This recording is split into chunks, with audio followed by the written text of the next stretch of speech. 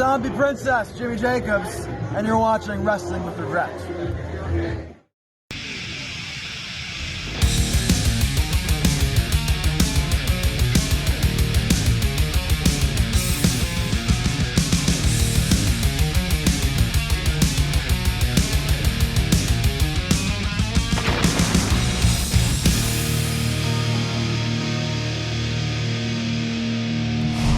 If there's one thing you can count on in professional wrestling, it's that, well, you can't count on anything. Perhaps more than any other form of entertainment, the creative direction of a wrestling company can change on a dime for a variety of reasons. One of the most common reasons storylines and pushes are delayed or scrapped entirely is due to injury. We've seen this plenty over the years with guys like Seth Rollins, Finn Balor, Becky Lynch and Braun Strowman in WWE, or Tanahashi and Katsuya Kitamura in New Japan.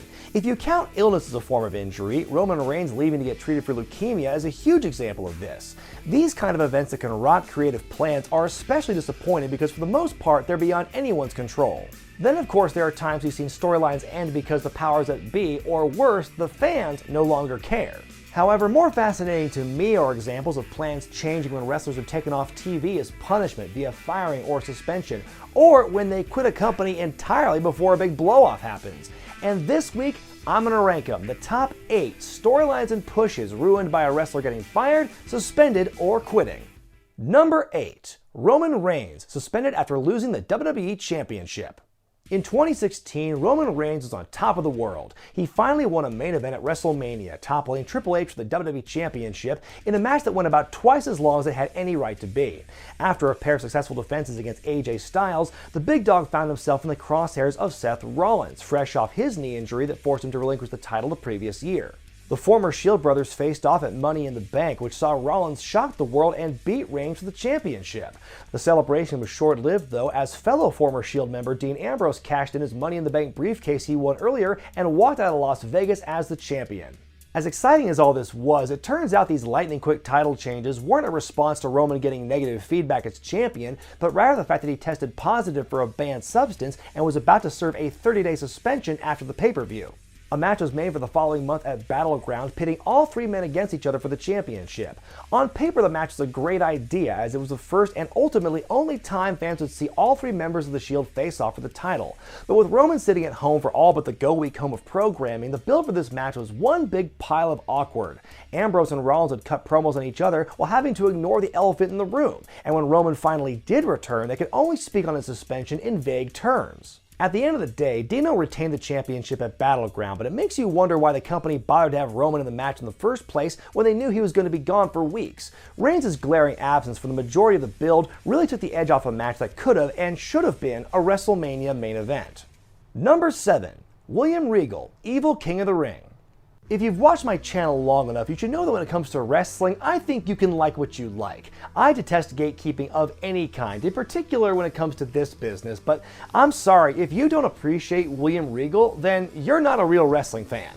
I'm sure there'll be other opportunities for me in the future to extol this man's virtues, but for now, let me just say that it's a crime he never got a shot at becoming a world champion, but perhaps in an alternate timeline, we could have seen it happen. In 2007, he got a huge boost in the pecking order by being named the Raw General Manager.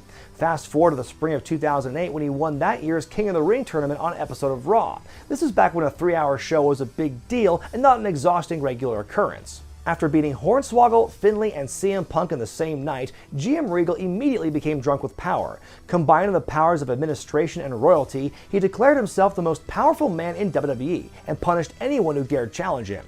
He'd go on to wrestle Mr. Kennedy in a loser gets fired match and would come up short. It was the company's way of writing Lord Steve off so he could serve a 60-day suspension for a second wellness violation. Though it was never confirmed, it was widely speculated that Regal was in line for a run as WWE Champion, or at least in a big main event program, playing the corrupt authority figure with the ability to back it up in the ring.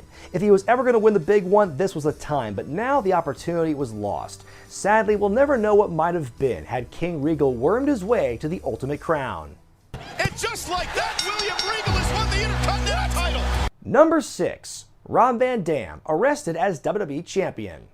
When fans began to leave the World Wrestling Federation in droves in the post-invasion era, I think one way they could have fixed their trajectory was by taking a chance on Rob Van Dam as WWF or World Champion. Though that moment wouldn't come until 2006, his time in the spotlight was cut short due to hazy conditions.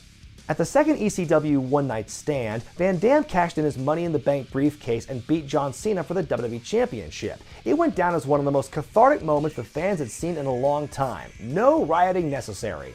As the Extreme brand started up, Van Dam was awarded the ECW title and became a double world champ in the process. Yes, Mr. Monday Night was flying high in WWE until a drug arrest less than 1 month later in Ohio. Van Dam and Sabu both got busted with their various gimmicks and posted bail. Next thing you know, Robbie V would lose both of his titles on back-to-back nights and be off TV for 30 days. He would never get another serious shot at the main event during his time in the company. It was a title run with so much potential, a much-needed breather from John Cena's main event dominance, a time to welcome new life into the title scene, all for it to go up in smoke on one July night in the Buckeye State. But in hindsight, being unshackled by the demands of world champion opened up his schedule for him to produce an abysmal comedy show. Nope, still not letting that one go. Number 5. CM Punk walks out of WWE. The story of CM Punk and WWE has always been one of contention, a story of frustrating creative decisions, squandered opportunity, and unreciprocated loyalty that led to one of the biggest controversies in the past decade. At the 2014 Royal Rumble, CM Punk had entered the titular match at number 1, going nearly 50 minutes in the ring.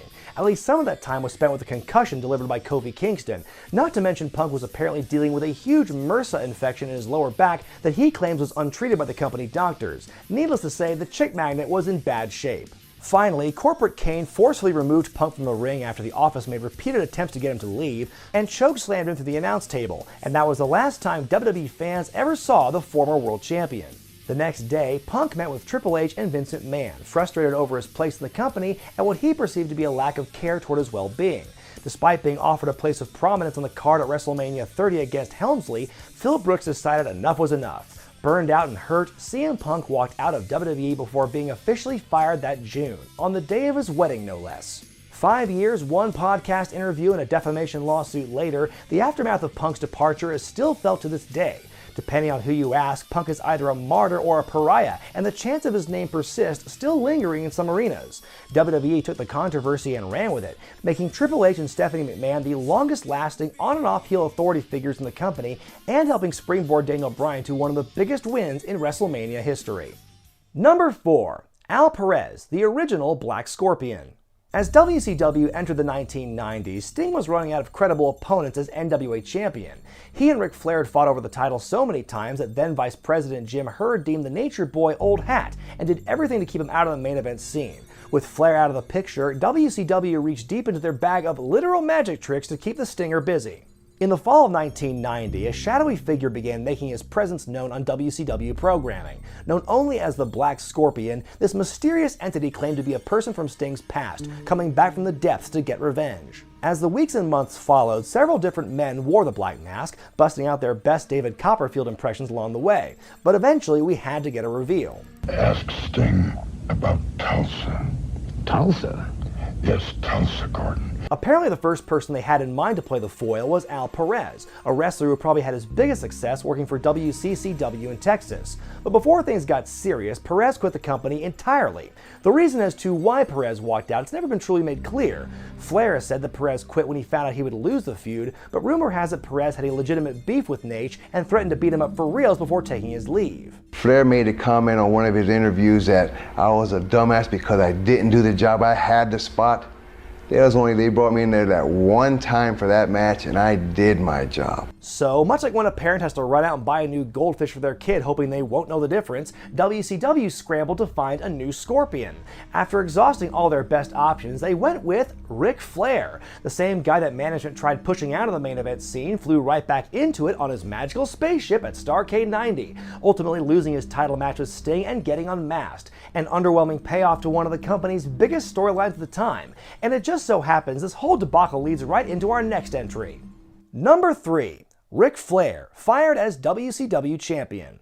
By 91, things had reached a boiling point between Flair and Jim Herd. The Nature Boy had already stepped down as head booker of WCW, but the former Pizza Hut executive wanted to reduce Flair's role in the company even more. Not only did Herd want to cut Flair's pay, he wanted to repackage him as Spartacus, complete with a haircut and a diamond earring. Not trying to stand up for Herd in this case, but I'm just saying if Flair were in his prime today, odds are that gimmick would get over pretty well in the indies. Flair refused these changes and was fired from the company as a result, but there was the minor issue of him still being world champion. Hurd demanded that Flair give back the belt, but Flair would only do so if he were given back the deposit he put down for it, plus interest, an old NWA policy that Hurd had zero desire to honor. With the two at an impasse, a frustrated Hurd told Flair he could keep the belt, and that's exactly what Nate did, taking it right along with him to the World Wrestling Federation. The entire ordeal of Flair's WCW departure took place just weeks before the Great American Bash, prompting a booking scramble that saw Barry Windham fill in to take on Lex Luger for the vacant title, represented by a makeshift championship belt. This last-minute change left a big black eye on WCW's reputation. Number 2. Mr. Kennedy, Mr. McMahon's illegitimate son. As I've mentioned before on this channel, 2007 was a year of one of the most potentially interesting angles WWE had seen in quite some time. That infamous scene of Mr. McMahon getting blown up in his limousine was meant to begin a storyline truly befitting of a genre that's been previously described as a male soap opera. After Vince's death, a whodunit story would unfold, leading to an illegitimate McMahon emerging from the shadows and fighting for control of the company, only for the chairman to return as part of a power play. But then real life intervened in more ways than one. The death of Chris Benoit weeks after the limo explosion forced the company to seriously alter the course of the angle, but there was still a chance to save things by revealing Mr. Kennedy as the secret son. That seemed to be the plan until Kennedy became a suspect in a steroid ring and was slapped with a 30-day suspension as a result. From there, Hornswoggle was chosen to play the unlikely heir to the McMahon empire, turning the angle from a soap opera to a children's cartoon with the occasional child abuse break. After one of the most attention-grabbing opening salvos in recent history, for the angle to end how it did is nothing less than a massive disappointment. Hear more about it in this video. Before I reveal the number 1 example, here are a few honorable mentions. The cat is forced to join Right to Censor. The inspiration for this entire countdown, for some reason this short-lived, abruptly aborted storyline has left an indelible mark on my mind. In early 2001, the cat had waged war with pure and stable Right to Censor because she wanted only one thing: Hardcore nudity! Eventually, champion of women Jerry Lawler came to support the former Miss Kitty, setting up a match for No Way Out between he and Steven Richards. If Richards won, the cat would be forced to join RTC. But if Lawler won, the cat would be able to bare her bosom for the entire world to witness. Oh, wait. The possibility of me at 15 years old seeing a naked woman? Oh yeah, that's why I remember this angle. Anyway, old White Sox won the match, meaning Stacey Catterton had to join the stable, but we got exactly 2 days of this before the WWF suddenly released her. Lawler, Cat's real-life husband at the time, said she was released simply because they decided to drop the angle, though others claim it was because of her bad backstage attitude. Either way, it was odd that an angle they devoted that much time and effort to was cut short just as they got to the most interesting chapter. Lawler would quit the company in support of his wife, who responded to this act of selflessness by changing the locks and filing for divorce. WWF viewers got 9 months of a brilliant Jim Ross, Paul Heyman partnership on commentary, while the King wallowed in the WWA and the XWF before coming back to the Federation 1 day after Survivor Series. Eva Marie's run on SmackDown. In the early days of the brand split 2.0, SmackDown heralded the coming in-ring return of Eva Marie. She was a polarizing figure for many fans, as her looks couldn't compensate for the fact that she couldn't wrestle worth spit. The first several weeks of the angle saw some pretty entertaining stuff as a disembodied voice would sing Eva's praises in purple prose, or I guess in this case, red. Eternally beguiling. Every week, her debut match kept getting pushed back, whether it was due to injury, wardrobe malfunction, what have you. It was, in all honesty, a brilliant way to get heat. The thing with a gimmick like this is, eventually the person in question has to actually wrestle, but to the relief of many fans, it never actually came to that. In August of 2016, she was suspended for 30 days for violating wellness, though she later revealed it was due to a technicality over submitting an Adderall prescription past the company deadline. We never got to be seduced or enchanted by her presence ever again, and 1 year later, the Lady in Red was officially gone from WWE. The curse of the Cruiserweight Championship. These days, the Cruiserweight title and 205 Live appear to be on stable ground, a far cry from how things used to be just about a year and a half ago. In October of 2017, Neville lost the Cruiserweight Championship to Enzo Amore, who was his polar opposite in just about every way. A rematch was scheduled for an episode of Monday Night Raw, but according to rumors, Neville walked out when he learned he'd be the one looking up at the lights. This led to an audible that saw Kalisto knock Muscles Marinara off his purple perch to become the new champion, only for Enzo to regain the title at the next pay-per-view. Along the way, former champ Rich Swann was set to face Drew Gulak to see who would challenge Enzo next, only for him to be suspended and later released from the company after his involvement in a domestic dispute with his wife, though charges would later be dropped. What came next would be an even bigger blow to the cruiserweight division's reputation. Fast forward a few months as Enzo has now fully embraced his obnoxious reputation and became a chicken shit heel champion, complete with entourage. Not only did he rule 205 Live with an iron fist, he was simultaneously involved in a romantic storyline with Nia Jax on Raw. But before either angle reached a resolution, reports surfaced that Enzo had been accused of sexual assault months earlier. WWE was apparently blindsided by this information and responded by first suspending Enzo, then firing him outright while he was still Cruiserweight champion. Fans had to wait months for a new champ to be crowned in the aftermath, as Cedric Alexander would claim the vacant title after beating Mustafa Ali during the WrestleMania kickoff in New Orleans. Buff Bagwell gets suspended and loses the WCW tag title. The spring of 2000 was a time of major creative upheaval in WCW. With Vince Russo and Eric Bischoff now working together, the pairing called for a clean slate, vacating all the championships to crown new winners the following week at Spring Stampede. At the pay-per-view, Shane Douglas and Buff Bagwell of the New Blood toppled Ric Flair and Lex Luger of the Millionaires Club to become the new tag champs. Buff and the franchise spent the next few weeks fighting Chronic over the championships, but the angle was forced to end in underwhelming fashion when Bagwell was suddenly replaced by The Wall. This was due to an incident that took place after a Thunder taping in Springfield, Illinois, when Bagwell got into a physical altercation with a member of the ring crew. The Stuff was suspended for 30 days and stripped of his half of the championships, and the next week on Nitro, Chronic unseated the makeshift team of Douglas and The Wall to win their first WCW tag titles. And speaking of 2000-era WCW, the biggest example of a canceled storyline due to a firing, suspension, or a wrestler quitting is Hulk Hogan, fired from WCW. Our story for this entry begins where all hope went to die, WCW Bash at the Beach 2000.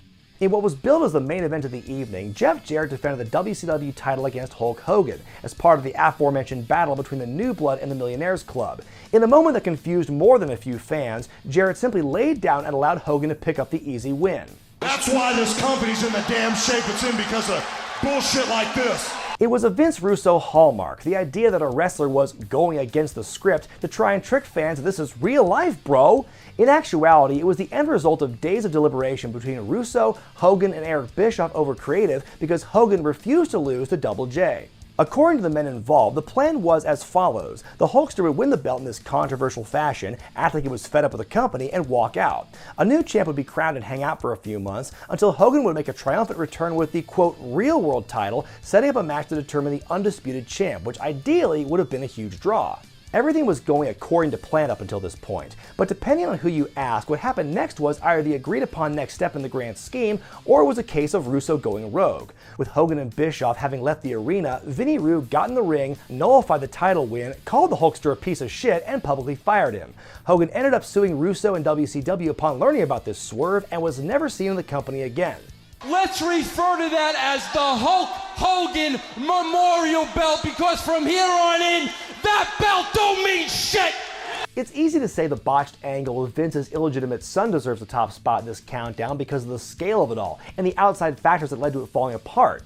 But in my opinion, what happened at Bash at the Beach 2000 trumps it because it came at a time when the credibility of the championship and the company were on very shaky ground to begin with. Fans were still trying to erase the David Arquette title win from their memory banks, not to mention a string of consecutive reigns lasting a week or less, and we hadn't even gotten to the time when Russo himself won it. The championship needed a stable foundation, but this was just another blow to its reputation.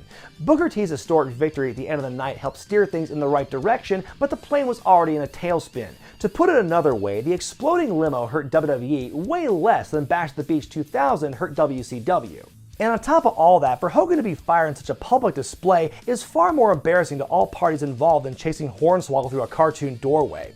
What had been planned to be a long-reaching storyline with a clear ending was all thrown out the window due to ego and pride. And that's why this is the biggest example of a storyline being ruined due to a firing, suspension, or quitting.